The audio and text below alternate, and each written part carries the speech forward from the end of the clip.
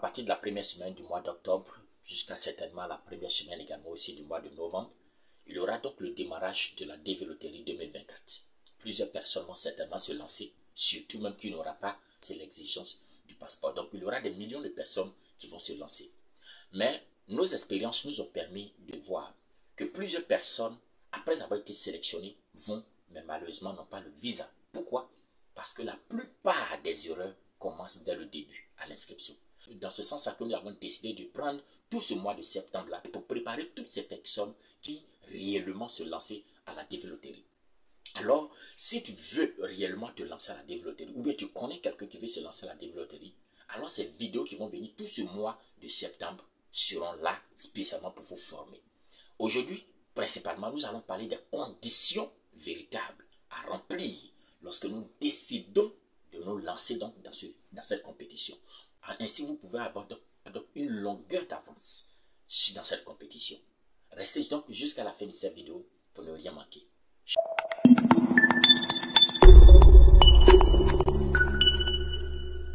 Shalom, shalom, moi c'est le frère Joël Kwame, c'est avec un réel plaisir de vous retrouver sur ma chaîne Dieu dans nos affaires. Sur cette chaîne, nous encourageons tout le monde à investir, à ne pas avoir peur.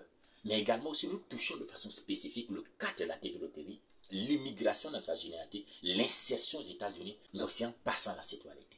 La particularité de notre chaîne, c'est que nous montrons à tous ceux qui investissent dans leur vie et dans n'importe quel domaine que pour réussir certainement, il faut mettre l'intérêt de Dieu dans tout ce que tu fais. Si tu le fais, tu verras Dieu dans tes affaires. Même ton désir de voyage, qu'est-ce que Dieu gagne en t'ouvrant les portes des États-Unis?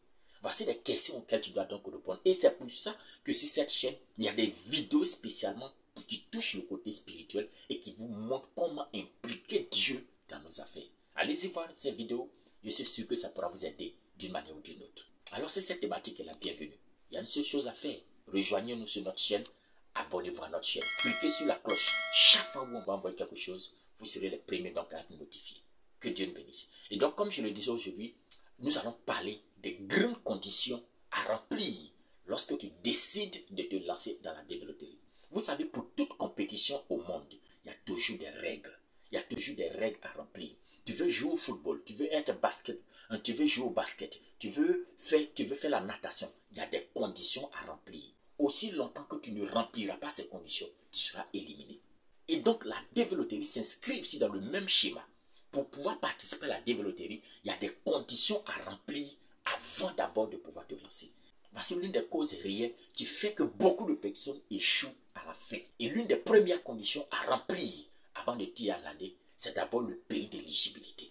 Dans les 5 dernières années, c'est-à-dire aujourd'hui nous sommes en 2022. De 2022 jusqu'en 2018, les États-Unis calculent le taux d'immigrants de chaque pays. Leur objectif, c'est de faire ce que tous les pays soient quand même représentés à un taux égal aux États-Unis. Et c'est ce qui les amène à sélectionner des pays qu'on dit des pays éligibles et des pays non éligibles. Alors sur l'écran, vous pouvez voir donc la liste de tous les pays non éligibles pour la participation de la développerie 2024. Mais est-ce que cela veut dire que tu ne peux pas encore t'inscrire? Vous savez, quand vous serez en train de vous inscrire à la développerie, ils vont vous poser d'abord la première question, où est-ce que vous êtes né?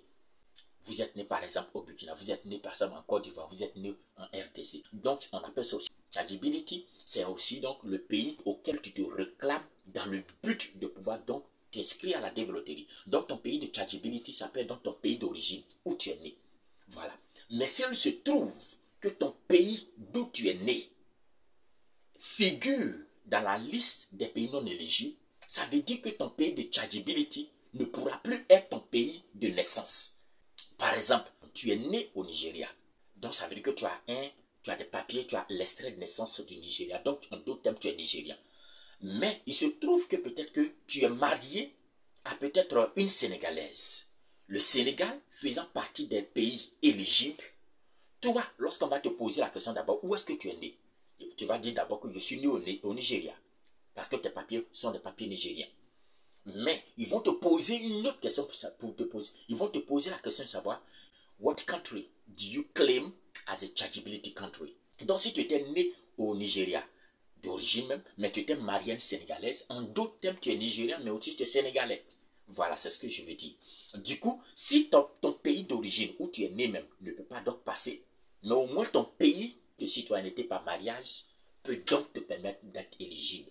Donc tu vas sélectionner mariage. Le chargeability country from the marriage, c'est-à-dire à partir du mariage. Je me réclame de ce pays éligible à partir du mariage. Parce que quand tu es marié à une autre nationalité, en même temps tu as l'autre nationalité. Donc le premier élément, est-ce que ton pays d'origine, où est-ce que tu es né, est-ce que ça remplit les conditions? Si ça ne remplit pas les conditions, ok. Si tu es marié, est-ce que le pays de ta femme ou bien de ton mari est éligible? Si c'est éligible, alors tu peux donc prendre cela comme étant ton pays pour t'inscrire à la développerie. Mais seulement sache qu'à la fin, lors de l'interview, tu dois envoyer les preuves que ta femme effectivement appartient à ce pays éligible. Ou bien ton mari appartient à ce pays éligible. Ça, c'est le deuxième cas. Mais peut-être que toi, tu n'es pas marié. Mais il se trouve que tes parents, lorsqu'ils te mettaient au monde, étaient de passage dans le pays qui n'est pas éligible aujourd'hui. Ça dit toujours dans le pays, par exemple, comme Nigeria. Ils étaient de passage. Et c'est de là que non, tu es né. Donc, eux, ils sont peut-être de nationalité, c'est un exemple, ils sont réellement de nationalité peut-être guinéenne. Donc, à ce même instant, tu peux prendre, lorsqu'ils vont te demander, est-ce que tu décides de prendre pour pays de chargeability à partir de ton pays de naissance, puisque ton pays de naissance ne remplit pas les conditions, tu vas donc choisir tes parents. Alors, je veux dire qu'à partir donc du pays d'origine des parents, tu peux donc t'inscrire. Ça, c'est la troisième façon de pouvoir donc sélectionner. Donc, voici ce à quoi tu dois donc te préparer lorsque tu décides donc de t'inscrire à la développerie. Ton pays que tu dois sélectionner doit être un pays éligible. Si tu choisis un pays qui n'est pas éligible, tu seras disqualifié à la fin. Ça, c'est d'abord le premier point. Ça, c'est donc la première condition à remplir. Donc, la deuxième condition à remplir, c'est la condition de la qualification. Il y a soit tu es qualifié dans le domaine éducation, ou bien tu es qualifié à partir des expériences professionnelles. Voici les deux cas auxquels tu dois forcément atteindre. Donc, pour les deux circonstances, si nous prenons par exemple le cas éducation, pour quelqu'un qui peut dire oui, je suis qualifié à partir des études que j'ai faites, que j'ai suivies, cette personne-là, le minimum qui lui est demandé, c'est d'abord d'avoir terminé son cycle primaire et également son cycle secondaire. Selon le système américain, cela fait 12 années. Ça veut dire que tu as terminé ces 12 années, tu as fini d'abord ton cycle primaire, tu as eu ton examen, tu es passé au cycle secondaire. Tu as eu également aussi ton examen, tu as eu ton diplôme entre les mains. Et maintenant, tu es prêt à partir donc dans le cycle universitaire ou bien même peut-être tu es déjà universitaire. Voilà. Lorsque tu sais que tu as rempli ces 12 années et que tu as obtenu les diplômes requis, en ce même instant, tu peux donc te lancer à la développerie. Donc, peut-être que dans ton pays, on parle du bac. Dans d'autres pays, c'est un autre nom. On peut donner un autre nom.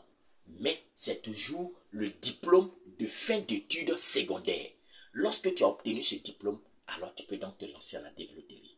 Voilà, ça c'est la deuxième condition. Et si tu n'as pas ce diplôme, alors il te faut impérativement avoir ce qu'on appelle l'expérience professionnelle. Je mets déjà dans la barre de description le lien à partir duquel vous pouvez savoir si l'activité que vous menez aujourd'hui est éligible. Donc vous allez d'abord aller vérifier.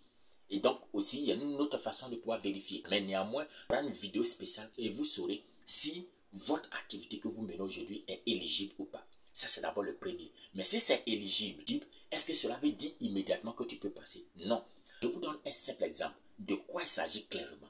Parce que c'est cette erreur que beaucoup de personnes commettent et à la fin encore sont souvent éliminées. Je prends un exemple. On dit, si ton travail que tu mènes est éligible, il va falloir d'abord que tu aies fait 2 ans au préalable, 2 ans au moins de formation là-dedans. Et à la suite, tu as eu un diplôme ou bien tu as eu un certificat. Voilà. Donc, tu as mené cette activité, tu as été formé là-dedans pendant au moins 2 ans, premièrement. Deuxièmement, il se trouve maintenant que tu exerces maintenant dans cette activité et ça te fait au moins 2 ans d'expérience dans les 5 dernières années. Donc, je vous donne un simple exemple. Tu es peut-être comptable aujourd'hui. Tu as fait une comptabilité, tu as fait une étude ou une formation en comptabilité. Tu as fait au moins 2 ans de formation en comptabilité. Tu as eu même un diplôme de comptabilité ou bien par exemple, tu as eu un certificat de comptabilité qui dans une école reconnue, bien sûr, dans une école reconnue, tu l'as obtenu. Maintenant que tu as obtenu cela, maintenant tu exerces en tant que comptable et tu as au moins 2 ans d'expérience dans les 5 dernières années. C'est-à-dire de 2019 jusqu'en 2023 qui vient, il faudrait que tu aies totalisé au moins 2 ans d'expérience professionnelle en tant que comptable. Lorsque tu remplis ces 2 conditions, c'est-à-dire que tu as eu une formation en comptabilité, c'est un exemple de travail que je mets. Ça peut être quelque part, ça peut être en logistique, ça peut être en électricité, une chose comme ça. Mais tu as été formé dans ce domaine. Pendant 2 ans, tu as obtenu un certificat et maintenant tu as au moins 2 ans d'expérience là-dedans dans les 5 dernières années. À partir de ce moment-là, tu peux maintenant envisager de lancer dans la développerie. Donc, voici l'autre condition à remplir lorsque tu n'as pas le bac, lorsque tu n'as pas obtenu le diplôme de fin d'études secondaires. Voici ce que tu dois donc remplir comme condition. Si ces 3 conditions, à savoir le pays d'éligibilité, le bac ou encore l'expérience professionnelle, tu ne remplis pas ces conditions, malheureusement, il ne faudrait pas donc te lancer dans la développerie parce que même si tu te lances et que tu as été donc sélectionné, tu seras donc éliminé à la suite. Voilà, donc voilà ce que j'ai voulu donc donner déjà à partir de cette vidéo concernant donc les conditions. Quelles sont les précautions maintenant à prendre lorsque tu décides donc de te lancer dans la développerie? Restez donc scotché. Tu as donc 2 grandes conditions à remplir. Première condition, d'abord ton pays d'éligibilité. Deuxième condition, ta qualification. Si tu n'as pas cette qualification, il faudra avoir au moins une expérience professionnelle. Donc, j'espère que vous avez mieux compris déjà ce qu'il en est avant de te lancer déjà dans la développerie. Si tu as aimé cette vidéo, n'oublie pas de me donner un simple like. N'oublie pas donc également aussi de t'abonner. Et partage cette vidéo pour qu'elle puisse aider beaucoup de personnes à comprendre ces 3 petits points avant de se lancer dans la développerie. Que Dieu nous bénisse. À la prochaine.